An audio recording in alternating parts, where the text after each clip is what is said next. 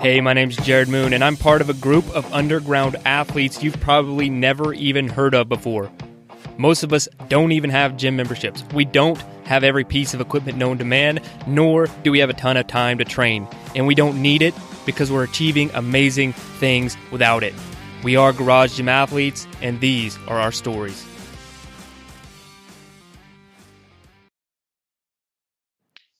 All right, ladies and gentlemen, welcome to the Garage Gym Athlete Podcast. Jared Moon here, and with me is Joe Courtney. What's up, Joe? Hey, how's it going? And we have Rob Brown. Man, how's it going? Yeah, good, thank you. Glad to have you on today. Yeah, I've been looking forward to it. I missed the last series, so apologies. Yeah, no worries. You've been around for a while, so I'm excited to be digging into this conversation. But let's get an introduction. What you do for a living and how you train. Yeah, so I'm a project manager for a commercial property developer. So basically we build, or the company that I work for builds office buildings and big regeneration schemes here in the UK. I live in Manchester, which is in the north, but I travel quite a lot. So I like the flexibility of training the way that we train in Garage Gym Athletes. So my current training, you guys don't know this, but I broke my rib just before December. Yeah, which is, I don't know if you've ever had that injury, but it's kind of the worst one to train around because you just can't. Can't breathe. Can't breathe, can't lift, can't laugh, can't run. So right now I've just been getting back into it in the last few weeks. So I've just been normally I follow the program, but I stepped out of the last cycle and I'm just following a basic linear progression strength program, trying to get my strength back up because that's my main focus at the moment is just getting back into the big lifts, and I'll jump back into the strength cycle when you start that in a couple of weeks. And I think if memory serves me correct, you have a pretty epic endurance background or something along those lines. You're always posting these times that no other human can touch on the rower and stuff. So tell me about that. You actually pay attention. My background, actually, I used to row. That's actually my background. So I've always been like a strength endurance athlete. And if you call rowing like strength endurance, it's like I've never done barbell work until more recently. So I used to row to a reasonable level. I was never going to be an international, but I've got medals in the national championships here in the UK. I hadn't been on a rower for 9 years, but signing up to your program, there's quite a lot of concept 2 work in there. And when I stepped away from the sport, I didn't want to get back on a rowing machine because it's quite hard to look at the times that you used to do. So I quit rowing 10 years ago now. It's quite a long time. I did it for a number of years. But yeah, a lot of your programming has got concept 2 work in there, and it's always been kind of there in my background to get back on the machine. So I bought myself one from the garage, and I think my times, even though I haven't done any rowing training, I think the first thing I did on it was you set a 1 minute on, 1 minute off 2K. Yeah. Where it was, I don't know if you remember that. It was almost a year ago, probably. But it was like 1 minute as hard as you can, 1 minute relax, 1 minute as hard as you can. And that was my first time back on a rowing machine in 9 years. And I managed to hit a 6:54. So that's where my time's come. It's just the background I had, even though I'd not been on the machine. I've done quite a bit of running and a little bit of cycling before I started with the weights. And maybe we'll come back into that in terms of where I got into being a garage gymmer. So yeah. I'm just always so impressed with people who have a rowing background because I had no idea, like within the just functional fitness space of people who don't have a rowing background but can row. Like I'm a pretty decent rower because I'm powerful, but people who have a rowing background just like blow me out of the water. I have another guy who went through our certification program, and he's helping program for a rowing team. And I was like, what was he doing? He was doing 30 seconds. One of the things he programmed for them was 30 seconds on, 30 seconds off until you could no longer hit, I think it was 160 or 170 meters. And one of the guys on the rower, he just had to stop. He got to like 30 or 40 minutes and was like I can always do this. Like, I just can't go any further. And I was like, What? Like I can do that maybe like 10, 12 times, then I'm like toast. Yeah. Yeah. And I'll be honest with you, I think obviously that comes up quite a lot, doesn't it, in the programming, and with a target to aim for. And quite often, I'm almost sandbagging it sometimes just to hit the target. The days where Your rowing's too easy. Recovered, yeah. Well, no, that's not too easy, but I can push up to the 180s, 190s, but I kind of just hit the 160 target and just call it a day. That's awesome, man. Good to know too. All right, so give me a little bit of your garage gym. So, what do you have in equipment-wise? Well, now I'm trying to aim for like the perfect garage setup, but I've only got like a single car garage, and in the UK, houses are small. So I live in a townhouse, and the garage is built into the house, but it's a single car garage. But if you drove your car in there, you couldn't get out of the car. That's how it's like. It's literally 8 feet wide.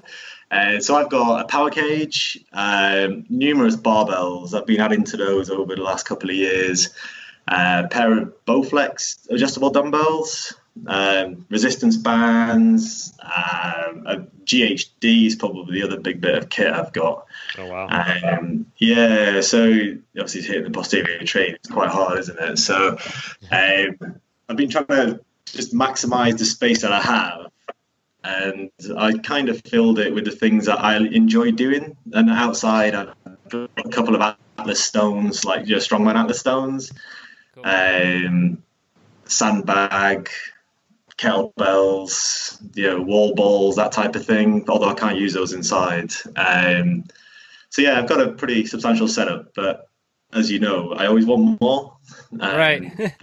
Yeah, it's a never-ending obsession, and I had nothing 2 years ago. I think that's why my wife will probably never let me buy an assault bike, because she absolutely hates it. Yeah, absolutely. Yeah, if I had the space, I'd have a ski erg and an assault bike, but I just don't have the space. I had enough room for one piece of equipment, and I went for the rowing machine.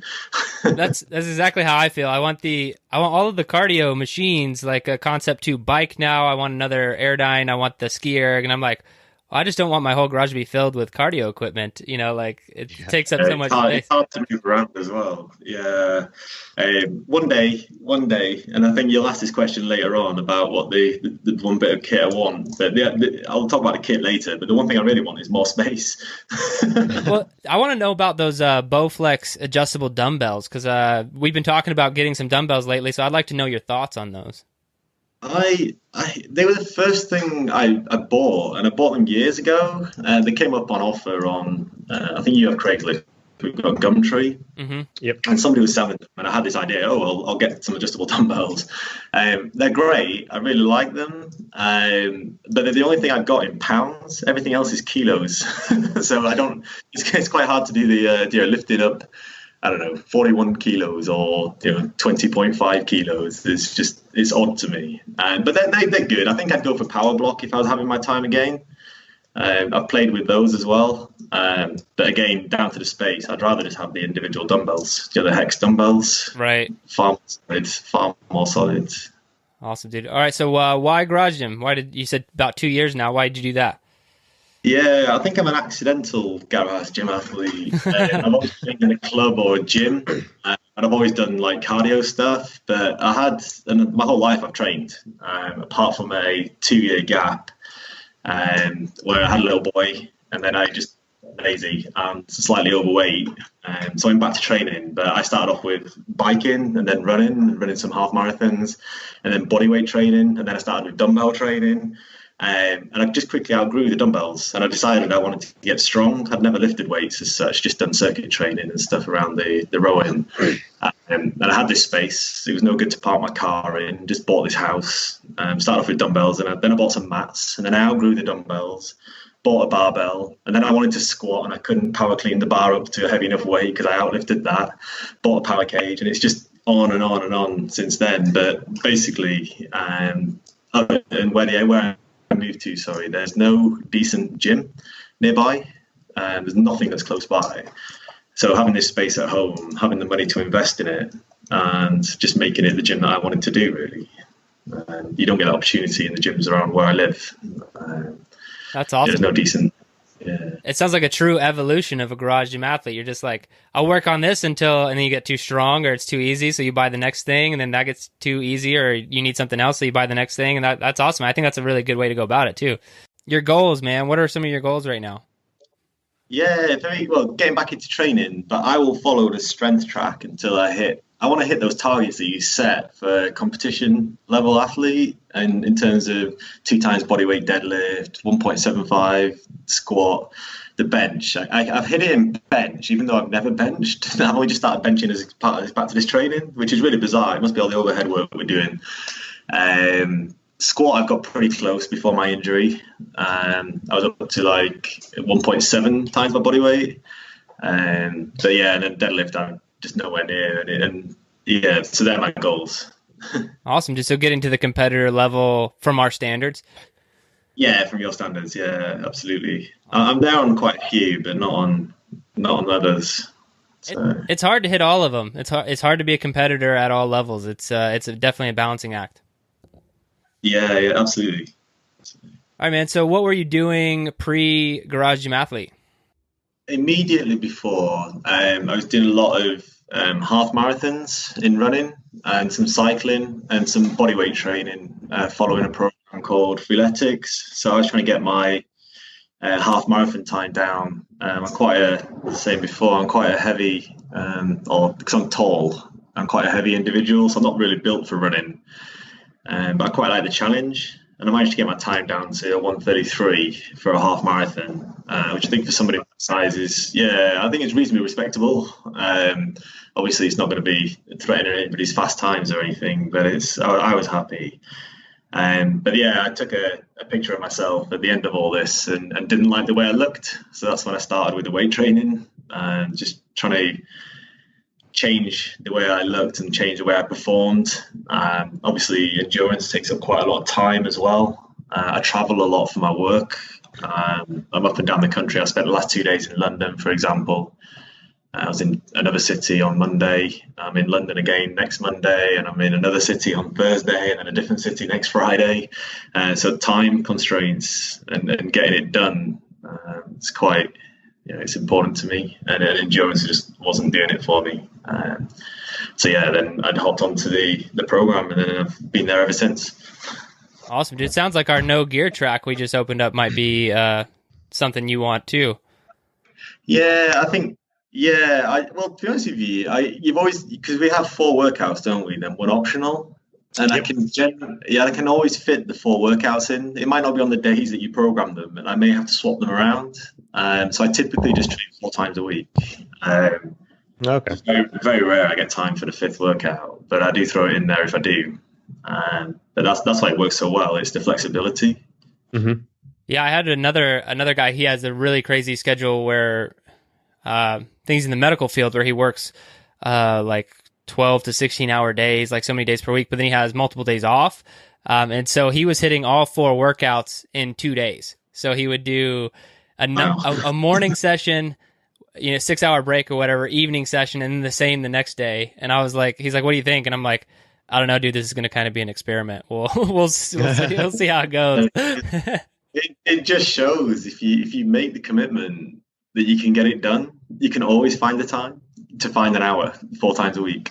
Right. Yeah, it's very doable. So how do you like training in your garage? You kind of, sounds like you stumbled on it and just like kept getting better and better, but how do you like it? I love it. I absolutely love it. I don't think I'd ever swap. I'd love a gym nearby that had the same mentality of people. But my rowing coach always said to me, you're like the one individual I know we can test on a day on his own, and you don't need the people around you to perform the best.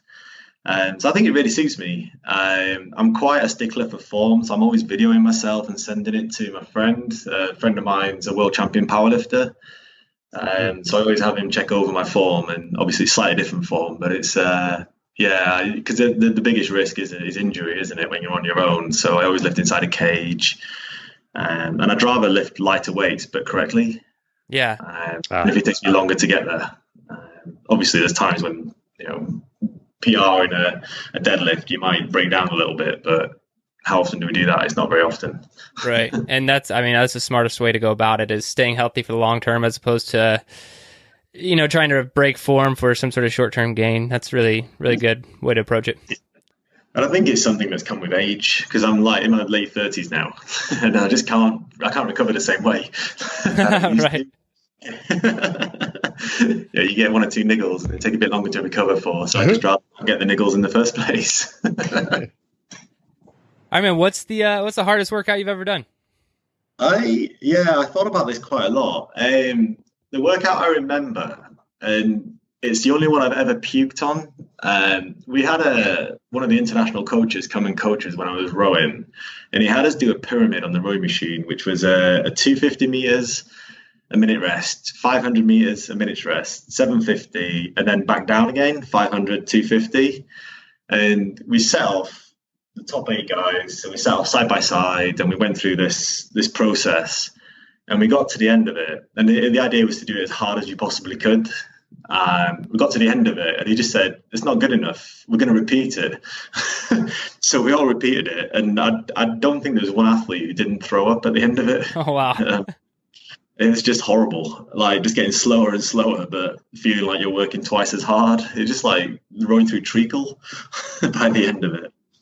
Yeah, so, and I've done what you've done as well. I've done that running a marathon with no training. Yep. And that was hard. Yeah, that was hard. I would never do that again, I don't think. Yeah, I don't know if I'll do it again either. Yeah, it's just silly. Yeah, I did a half, and I signed up like the week before, and I was just bored for the first like hour and a half. But then at the end, I'm like, the last like 2 or 3 miles, it was like, okay, now my knee hurts, and now this is not fun anymore. So happening. No, and you can't walk after if you haven't done the training. Yeah. Like you've got the strength to do it, and you've got the aerobic capacity to do it, but your body, joints, etc., just can't take it. Yeah, and I didn't know how badly I was hurt until I forget which mile it was. It was like 20 or I don't know, 18, something like that. And I'd been running, and I was like, I feel pretty good. Like this is surprising. And then the guy one of the guys who was running with me said like let's try and save our legs a little bit, run backwards for just a couple hundred meters, just to get it moving in a different direction. And that transition to turning backwards and then running backwards was like one of the most painful experiences I've ever had in running. And I was like, oh crap, I'm going to be so messed up after this. This is going to be bad. Have you ever had the pleasure of doing a triathlon? Because those changeovers are crazy as well if you don't train for them. No, I haven't. I actually think I want to start training for a triathlon in the next couple of years just to get one done, but I haven't done one yet. Yeah, practice your transition from the bike to the run is my advice. It's like because your legs are spinning. Oh yeah, I mean, in your opinion, what's the best activity for building mental toughness? I like abstinence, so removing something. So taking away, I don't know, if you love coffee, take it away for a while, not forever, just for a period of time. Blasphemy. Yeah, no, absolutely. Yeah, I every January I try and for a month take something out. So I've done alcohol, which that's an easy one. Caffeine, that was the hardest one I ever did. Flour, like cake, things like that, things that contain flour and gluten. I did that for a month, and that was an interesting experiment. How'd you feel after the no flour? Did you feel better? Yeah, I didn't realize I probably got an intolerance to it that I never appreciated. My energy levels just went level. I didn't have these spikes in the day because in Britain we love toast and bread and cake and things like that. And yeah, I took it out, and I had 2-3 days of feeling a bit sluggish, like you normally do when you remove something that you used to eat. But after that, I felt brilliant. Like my sleep improved, my energy levels throughout the day were pretty consistent. Yeah, no more stress. Yeah, that's the biggest thing I've noticed is because I stay away from that stuff for the most part these days, and when I'm just eating like protein, healthy fats, and then cleaner carbohydrates, I just have like a stable energy level from when I wake up till I go to bed. There's no like crash, and I just love that. I hate it when there's like this. I feel like I can't do anything. Yeah, absolutely, and I think obviously, but. Who wants to cut pizza out of their life forever? Right. So it's like you have it occasionally, and then you accept the slump. But I understand it more now, and so yeah, I like the idea of abstinence and taking away something that you really like, just for a period of time, not forever. So you can always reward yourself with it after a month or however long you set to do it. I like that one.